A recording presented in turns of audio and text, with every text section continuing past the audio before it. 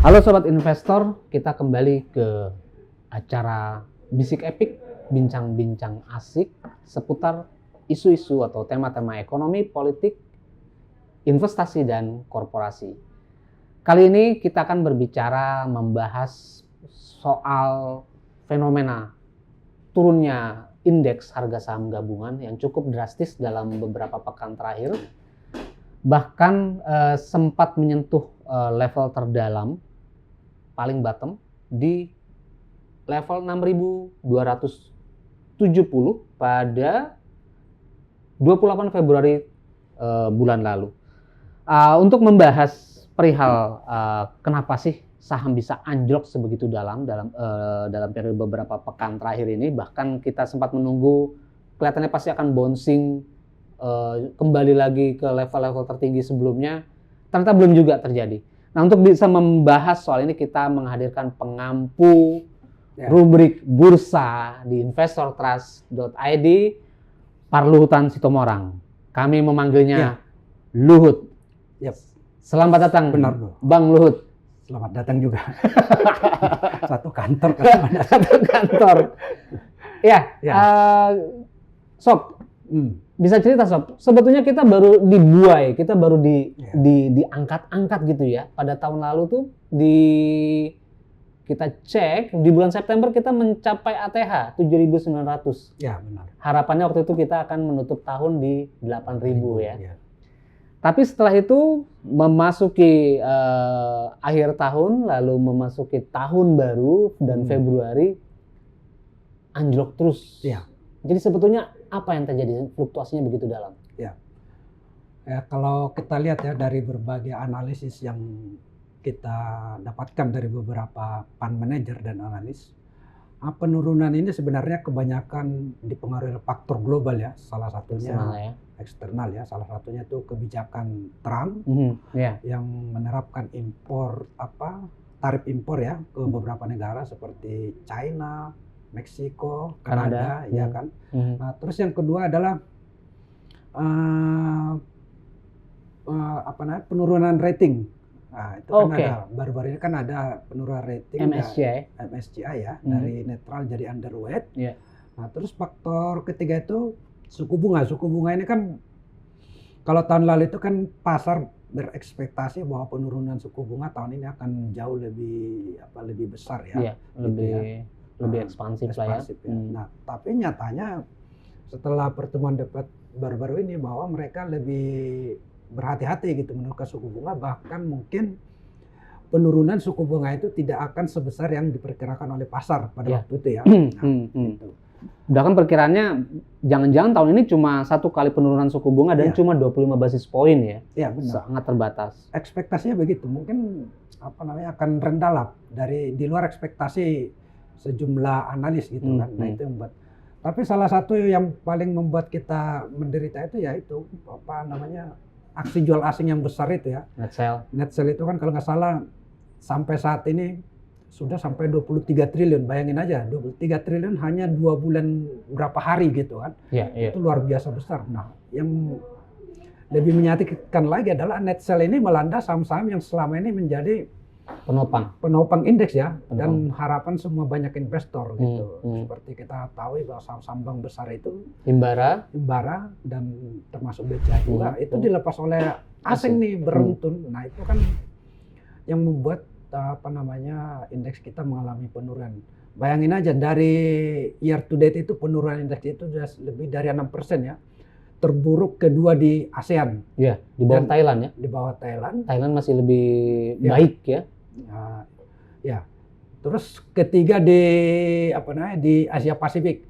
Jadi kalau nggak salah penurun paling dalam ya Thailand ya, kalau nggak salah Thailand, terus Jepang, habis itu baru Indonesia gitu. Bahkan sempat hampir 9% ya kemarin tuh waktu indeks yang sempat ke level di bawah 6.300 tuh 6.270 tuh Februari, tanggal 28 Februari. Iya, itu sempat hampir 10% itu penurunannya, itu kan dalam sekali, dahsyat ya. Nah itu kalau orang tanya, kenapa kalau memang betul cuman eksternal itu faktornya dan fundamentalnya masih cukup baik, kenapa net sell-nya juga cukup tinggi gitu kan? Harusnya pasar juga memahami dong. Ya. Even investor asing, mereka masih bagi dividen loh, ya kan? Iya benar. Kenapa masih tetap tinggi fluktuasinya? Bahkan hari ini ya, pada hari ini pada tanggal 11 Maret, indeks ditutup 6.545, turun 11,8%. Ya. Sentimennya masih cukup kuat atau gimana? Ya kalau dilihat data-data itu kan asingnya cukup konsisten ya keluar dari pasar ya. Nah hampir setiap hari itu net sell terus gitu. Dan itu net sell itu di saham yang sama. Nah itu kalau tidak kalau boleh bisa dikatakan bahwa ada dampak dari itu tadi penurunan rating Indonesia tadi itu gitu. Jadi yang membuat kalau analis menyebutkan bahwa membuat investor asing mengurangi porsinya di Indonesia gitu loh. Karena kan ratingnya diturunkan, jadi dana-dana itu mereka coba ini disesuaikan dengan kondisi rating saat ini gitu. Jadi mereka keluar dulu ke beberapa negara di emerging market gitu dari Indonesia, dan mereka kembali ada yang pindah ke sun, ke obligasi gitu kan. Kira-kira begitu.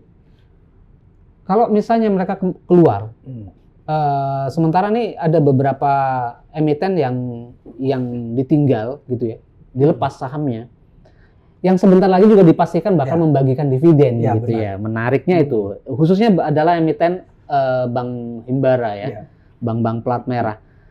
Penurunannya kalau dalam setahun terakhir, katakan BRI aja, itu sudah sampai 40,78%, luar biasa ini sob. Lalu kita lihat koleganya juga nih sesama bank plat merah, selama 1 tahun penurunannya sedikit lebih rendah tapi masih di atas 30%. Yang menarik ini sob, mungkin ada korelasinya enggak sih bahwa muncul isu atau sentimen bahwa bank-bank Himbara ini dana pihak ketiganya akan digunakan untuk menyokong semua proyek-proyek investasi Danantara. Walaupun ini sudah dibantah, dibantah secara resmi oleh pemerintah, oleh pihak-pihak yang terkait dengan Danantara, termasuk juga oleh Danantara sendiri. Artinya kekhawatiran publik itu masih cukup tinggi terhadap Danantara. Padahal Danantara juga diharapkan juga bisa ikut menyegarkan bursa saham, juga investasi di dalam negeri. Gimana sob? Pelaku pasar melihatnya gimana dengan kehadiran Danantara ini? Nah, kalau kehadiran Danantara sebenarnya dalam jangka panjang itu bukan negatif ya, malah positif. Harusnya positif. Kita harus paham tujuan pemerintah ke sana ya. Karena Danantara itu kan untuk meningkatkan investasi di dalam negeri kan, artinya untuk menggerakkan pertumbuhan ekonomi Indonesia gitu kan. Nah, semakin banyak dana dari Danantara diinvestasikan, artinya kan sektor real formal itu akan bergerak kan. Bergerak itu dia nantinya kan mendatangkan pinjaman segala macam kan, itu kan sebenarnya berdampak positif. Intinya menggenerate pertumbuhan juga, pertumbuhan ekonomi juga ya. Dan akan menaikkan kredit nanti kan, itu sebenarnya kan positif terhadap saham bank ya, bank apalagi bank-bank. Nah, kalau yang dibilang Bro Fajar tadi yang kayak ada penarikan dana, kekhawatiran itu ya. Kekhawatiran itu. Nah, itu kan memang sudah dibantah oleh pemerintah, dan analis juga melihat bahwa itu hanya sesaat doang gitu loh. Artinya kan Danantara ini suatu barang baru di Indonesia yang penjelasannya belum begitu perfect terhadap masyarakat, membuat sejumlah isu itu keluar gitu loh, yang ada isu negatif. Artinya publik itu juga masih membaca sebetulnya ke arah mana, tapi mereka belum mendapatkan informasi yang sangat menurut saya gitu, informasi gitu ya. belum ada yang belum benar-benar mereka dapatkan sesuai dengan tingkat pengetahuan mereka, itu belum mereka temukan gitu loh. Itu yang buat suatu kekhawatiran, tapi itu kan sudah dibantah gitu. Ya intinya harapannya kan bahwa saham akan khususnya misalnya saham perbankan ya, ini yang menjadi penggerak bursa selama ini, itu tidak lagi dihantui oleh sentimen-sentimen buruk soal penarikan dana dari publik, termasuk juga bahwa mereka justru akan menjadi pendorong dari kinerjanya Danantara gitu ya. Nah, kalau ke depan itu gimana gambarannya? Ada harapan juga nih Idul Fitri itu akan menggenerate sejumlah pertumbuhan emiten-emiten sektor konsumsi. Ya. Tapi ada yang ingin juga diharapkan harusnya semua juga ikut punya dampak gitu ya, perbaikan ya. Ya biasanya. Ada nggak nih momentum Idul Fitri nih bisa memperbaiki kinerja indeks nih? Kalau momentum Idul Fitri itu kan sektor yang paling diuntungkan itu adalah konsumer. Nah, itu udah pasti. Tapi kan itu sudah terefleksi dalam beberapa pekan yang lalu ya sebelum Idul Fitri gitu. Nah, sebenarnya justru yang kita tunggu itu adalah momen pembalikan arah saham-saham bank tadi itu, karena seperti yang Mas Fajar tadi bilang bahwa akan ada pembagian dividen. Nah, ini menarik sekali kan? Bulan ini mereka RUPS semua. RUPS ya, semua. Bank Himbara ya. Mulai tanggal 24 kalau nggak salah ya, 24 Maret ya. 24 Maret. Itu akan RUPS dan itu akan rasio dividen itu kemungkinan besar dia nilainya tinggi. Nah, itu satu hal yang menarik. Payout rasionya lebih besar. Akan lebih besar karena seperti yang diharapkan pemerintah, dia akan menjadi salah satu sumbangan untuk modal dasar dari itu ya, dari Danantara. Nah, itu bisa trigger untuk menaikkan harga-harga saham-saham bank ini. Kalaupun itu tidak men-trigger dalam waktu dekat, tapi harga saham bank sekarang itu udah luar biasa murah. Bayangin aja PE-nya itu udah di bawah berapa? Hampir ada yang di bawah 5, ada yang pokoknya rata-rata di bawah 10. Iya. Itu sangat luar biasa murah itu sebenarnya. Iya kan? Kalau kita lihat ya. Jadi belanja. Sob, tapi yang menarik nih Sob, orang para investor retail atau kita lah secara umum ya, kita berharap ada bouncing nih harga-harga bank-bank himbara yang kita anggap murah, kita masuk. Ya. Tapi kok nggak bouncing ya? Ya. Nah, yang menarik lagi ada semacam upaya dari otoritas dari regulator ya, otoritas jasa keuangan, termasuk regulator bursa dari Bursa Efek Indonesia. Ini gimana caranya supaya pasar saham kita kembali semarak? Ya. Ingat nggak muncul kemarin itu supaya ada beberapa opsi yang akan dikembangkan, salah satunya buyback saham tanpa harus lewat RUPS. Ya. Lalu sampai kebijakan short selling yang akan diterapkan ditunda. Ya. Itu. Nah, ini beberapa kebijakan memang akhirnya mungkin bisa mendorong gitu ya. Bahkan ada, tapi seberapa pengaruh sih short selling sampai harus ditunda, padahal banyak juga yang menunggu short selling itu bisa diterapkan. Ya, short selling ini memang kalau dari beberapa analis itu menilai bahwa ini akan justru memperburuk kejatuhan ya, karena short selling itu kan dia menunggu pada harga saat di bawah kan. Yes, di bawah. Ya, ketika harga turun dia akan untung gitu kan. Nah, itu memang ya kalau kita lihat dari kita juga dari perspektif media memang itu positif gitu loh. Kenapa? Artinya memang sebaiknya ditunda gitu, karena itu nanti akan orang bukan berharap naik terhadap suatu saham atau indeks, tapi orang berharap akan turun terus gitu kan. Nah, gitu. Jadi auranya akan aura turun kalau dilanjutkan short selling ini kan gitu. Jadi ketika sekarang misalnya saham di level yang sekarang dia ditekan lagi, orang akan terus tekan lagi. Semua harga saham juga akan ikut. Ya, harus ditekan supaya dia dapat margin kan. Kan betul. Gitu tujuan dia kan. Itu. Lalu yang gimana dengan buyback? Seberapa kuat sih si para pemegang saham dominan tadi di sejumlah grup-grup besar gitu mau mengambil saham mereka kembali? Itu gimana kecenderungan itu, Sob? Kalau buyback ini ya, kalau kita lihat sampai sekarang yang melakukan buyback itu, kalau data ya kayaknya begitu banyak gitu ya. Baru bank-bank BUMN Himbara yang sudah mengajukan agenda buyback di rapat umum pemegang saham mendatang. Baru itu. Tapi kita harapkan itu jadi trigger ya buat emiten lain untuk melakukan buyback. Karena kan secara prinsip buyback ini kan ingin mengutarakan ke publik bahwa saham kita itu sebenarnya fundamentalnya masih bagus. Harganya di luar harga fundamental dia gitu. Nah, itu kan bisa menaikkan kepercayaan investor terhadap satu saham gitu. Nah, ini memang sangat penting ya untuk meningkatkan kepercayaan masyarakat terhadap satu saham gitu. Upaya regulator mendorong buyback saham, lalu pemerintah atau otoritas menyampaikan bahwa fundamental perusahaan atau emiten dalam kondisi yang baik. Bahkan kondisi ekonomi kita juga fine-fine aja ya, dengan tingkat pertumbuhan 5% rata-rata, artinya kita nggak ada persoalan. Nggak ada. Harusnya nggak ada. Iya, harusnya nggak ada kan? Iya. Artinya orang harusnya juga tetap kembali tertarik masuk ke bursa saham gitu, karena ini sebagai etalase ekonominya Indonesia, mereka bisa kembali lagi masuk. problem apa lagi nih yang kira-kira masih bisa mengganjal saham masih di level 6.500-an nih, kapan balik bouncing ke 7.000 lagi nih Sob? Ini yang kita tunggu gitu. Apalagi nih yang bisa dianggap sweetener buat para investor Sob? Nah, kalau dilihat ya dari pola pergerakan ini kan penurunan itu kebanyakan dipengaruhi oleh aksi jual asing ya. Yeah. Itu salah satu momentum yang paling besar membuat kita turun gitu. Kalau aksi asing ini udah mulai mereda, aksi jualnya ini, itu pasti akan rebound kalau menurut saya, karena kita lihat pengalaman dari beberapa kali penurunan ini sih, beberapa tahun terakhir.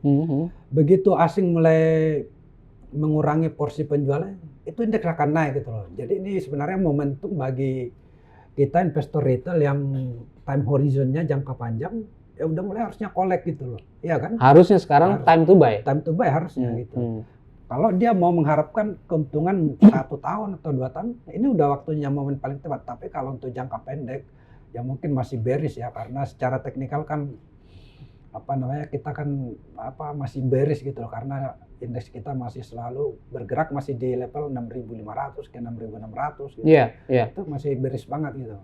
Nah ini perlu bagi investor yang pingin untung untuk jangka panjang, ya sekarang udah momentum paling baik gitu. Kapan lagi kita dapat harga saham BRI di bawah 3.800. Iya, di bawah 4.000. Itu kan jarang sekali kan kita harus gitu kan. Terus BCA di bawah 9.000. Kemarin ada yang bangga tuh dapat saham BRI di bawah 4.000. Iya. Begitu naik 4.000 dia nggak mau lepas. Sekarang turun lagi di bawah 3.000. Sebaiknya mendingan ditahan aja, karena kan ada waktu dia kan udah dividen ya. Dividen Maret ini ya. Maret dividen. Maret RUPS dan kemungkinan April lah, let's say mereka dividen. April, let's say dividen kan. Terus pasti yieldnya itu akan besar kan. Baru habis pembagian dividen, masa dia harganya akan turun terus kan. Dari pengalaman kita kan nggak begitu kan. Waktu zaman COVID juga sempat turun dalam, habis itu naik lagi malah. Waktu zaman COVID itu saham-saham bank-bank besar itu malah dalam 1 tahun itu malah untung 50% gitu, ya kan? Itu luar biasa sebenarnya gitu untuk orang yang ingin berinvestasi ya jangka menengah panjang lah menurut saya gitu. Jadi bagaimana membuat semarak kembali bursa tuh mungkin jangka waktu pendek ini, jangka pendek masih belum akan volatile lah. Masih akan volatile ya. Asing masih getol jual-jual saham blue chip kita gitu. Nah, pertanyaan yang sering ditanya nih sama teman-teman sekarang nih, para investor retail. Dulu mereka main scalping itu bukan di saham-saham blue chip. Blue chip itu hanya mereka patok buat jangka panjang gitu. Sekarang saham blue chip pun jadi sasaran scalping ya. Tapi apa boleh buat ini justru peluang ya?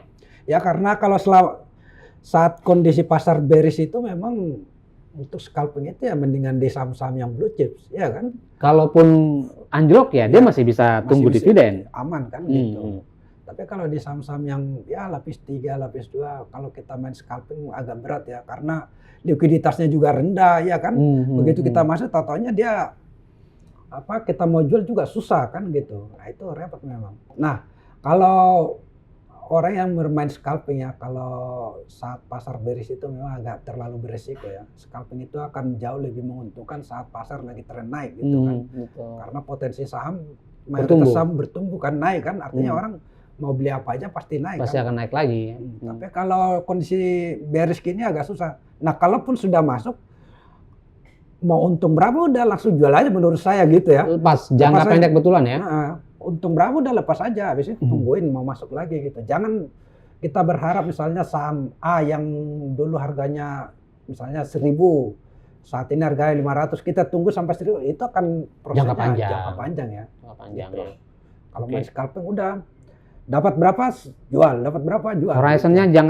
jangan nunggu sampai 10-15% lah ya gainnya ya. 5% sikat. Ya, bahkan mungkin 2% juga bisa.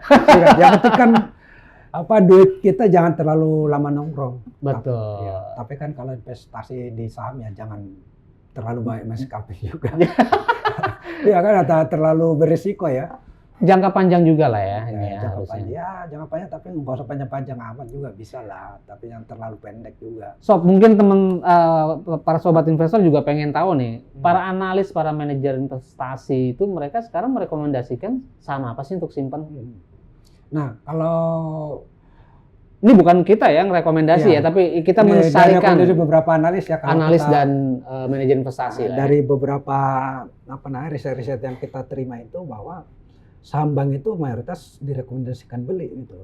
Potensinya masih besar, potensi kenaikan harganya, karena kan berdasarkan analisa sejumlah analis itu memang kinerja bank pertumbuhannya mungkin akan tetap melambat ya tahun ini, bahkan ada yang turun. Tetapi dengan harga saat ini penurunan kinerja itu sudah tidak sebanding dengan penurunan harga sahamnya gitu. Jadi penurunan harga sahamnya jauh lebih tinggi daripada peluang penurunan kinerja keuangannya gitu, daripada penurunan laba per sahamnya gitu. Gitu. Jadi itu peluang besar sebenarnya gitu. Jadi rekomendasi awal masih tetap ternyata mereka merekomendasikan ke saham-saham perbankan ya. Perbankan gitu. Terus saham berikutnya konsumer juga. Konsumer ya pastilah, itu yang udah nggak ada matinya lah ya bahasanya. Menarik ya kan. Terus kalau saya lihat ya dari data-data keuangan yang dirilis beberapa akhir tahun ini ya, justru sebenarnya saham-saham CPO itu menarik loh. Kalau kita lihat itu pertumbuhan labanya tahun 2024 itu luar biasa loh. Ada yang bertumbuh sampai 2 kali. Padahal mereka menghadapi kondisi atau potensi masih embargo di Eropa ya. Embargo di Eropa, tapi ya harga CPO memang masih agak tren naik ya. Nah itu membuat laba mereka luar biasa tahun lalu. Nah salah satu pembuat kenaikan luar biasa itu adalah penurunan harga pupuk kalau nggak salah, ya kan? Penurunan harga pupuk ini membuat bahwa beban pokok penjualannya itu turun drastis gitu. Jadi kalaupun dia ada saham CPO yang pendapatannya turun, tetapi penurunan beban pokok penjualannya itu jauh lebih tinggi daripada penurunan pendapatan. Artinya apa? Marginnya kan meningkat kan? Tetap besar. Besar kan? Spreadnya masih lebih tinggi ya. Nah itu ya mungkin salah satu yang berpeluang ya. Cuman ya harus ada triggernya juga, ada investor besar yang masuk atau gimana betul. Ya kan? Itu. Ini disclaimer teman-teman. Jadi ini kita hanya sekedar menyarikan saja. Tapi intinya hari ini kita bincang-bincang soal apa sih yang terjadi dalam beberapa pekan terakhir ya Sob ya. Kenapa bisa anjlok sampai menyentuh 6.270 ya 28 Februari. Intinya kita bisa menggambarkan kisah yang menelatar belakangi anjloknya bursa saham. Kita nggak sendirian, tapi juga di bursa-bursa luar negeri juga mengalami hal yang sama, bahwa semua semata diakibatkan oleh faktor masih faktor global ya, eksternal ya. Fundamental oke aja. Saham-sahamnya nanti ini mereka dipastikan akan memberikan dividen ya toh. Bahkan sebagian emiten plat merah menjadi backbone untuk investasinya atau pengembangan Danantara ke depan ya.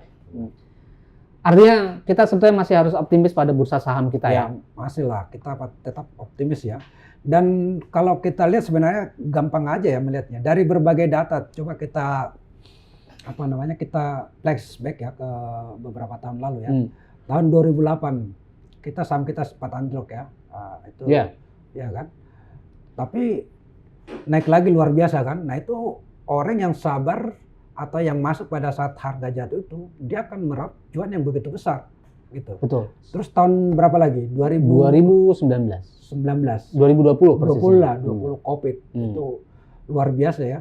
Itu penurunan dalam, tapi saham-saham yang fundamentalnya bagus dan akhirnya luar biasa juga. Bonsinya juga lebih tinggi ya. Nah itu sekarang tergantung oleh investor ya. Kalian mau dapat untung besar dengan memberikan waktu agak lebih panjang untuk suatu keuntungan besar, atau kalian mau untung harian yang artinya risikonya besar juga. Scalping tadi itu kan kita tinggal pilih, bisa aja. Sebenarnya gini lah gambarannya. Kita investasi 1 juta, misalnya kita pilih saham A, naik 1-2%, berarti kita kan cuma dapat berapa perak gitu. Taruhlah 10% kan dari 1 juta, kita cuma dapat 100.000. Tapi kita dapat 100.000 hari ini jadi 1.100.000 kan, kita beli lagi saham lain, tatonya besok turun misalnya jadi 900. Begitu terus ya, mungkin lama-lama duit kita berkurang. Tapi coba kalau kita tahan tuh duit kita yang 1 juta, kita beli saham tertentu. Perpanjang horizon waktunya lah ya, kita tunggu tahun ya. depan. Ya mungkin dia akan naik 50% kan. Itu kan lebih baik mana scalping apa kita menunggu. Menunggu jangka panjang tadi jangka panjang tadi itu. Ya, let's say mungkin 1 tahun kurasa bakal balik lagi. Kembali lagi masa ya. Enggak ini, iya kan? Dan pasti semua ketegangan-ketegangan di luar, bagaimana tarif Trump diberlakukan, semua sudah mulai menyiasati kebijakan-kebijakan itu ya. Ya apalagi kan kebijakan Trump ini kan bukan yang pertama kan. Betul. Untuk periode pertama kan Juga sama, semua negara sudah melalui kan. Gitu. Dan mereka akhirnya tahu juga beberapa kebijakan juga ternyata Trump juga harus menyesuaikan diri ya. Dan sebenarnya justru kesempatan juga kadang-kadang ya kan, kayak buat Indonesia malah ada sentimen positif juga dengan kebijakan Trump itu. Bisa jadi iya, ada relokasi industri misalnya dari kayak gitu, China kan? Atau dari beberapa negara yang justru mendapatkan impact buruk ya dari kebijakan Trump. Mereka cari negara-negara yang justru terbebas dari tarif impornya Trump ya. Ya itu bisa jadi kan kayak gitu kan. Peluang.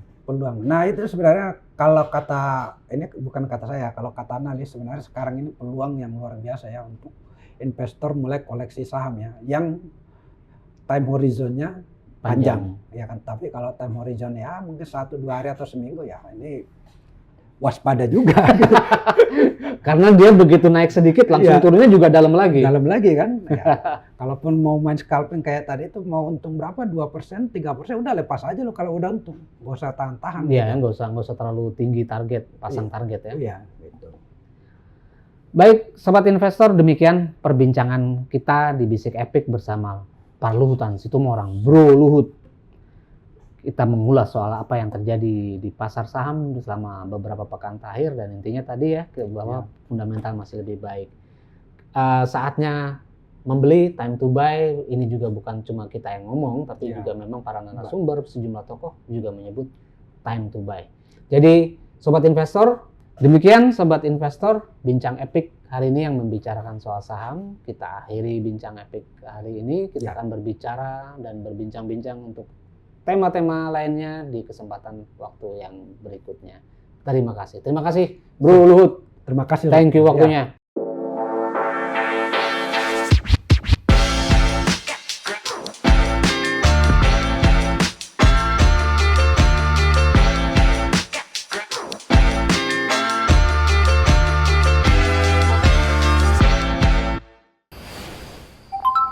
Alhamdulillah udah Ramadan lagi. Semoga tahun ini dimudahkan ya. Sebentar lagi imsak. Jangan lupa sedekah subuh. Berbagi jadi mudah. Siap jalan kita. Bang, perlu top up nih buat di jalan. Sekalian bayarin pulsa ya biar gampang dihubungin. Mudah. Udah masuk waktu. Cari masjid pakai ini bisa loh. Ibadah jadi mudah. Habis sholat beli takjil yuk. Sayang aku mau yang ini, tapi mau yang itu juga. Wah, mudah. Adik-adik sini. Semuanya ikut bukber ya. Alhamdulillah. Saatnya transfer THR. Bisa langsung check out belanjaan nih. Mudah. Langsung beli tiket mudik. Mudah. Investasi buat istri masa depan. Mudah. Bukber jadi mudah. Dapat potongan harga ya, Bu? Alhamdulillah. Semua transaksi jadi mudah. Ramadan jadi mudah bersama Beyond by BSI. Bank Syariah Indonesia. Selamat menjalankan ibadah puasa.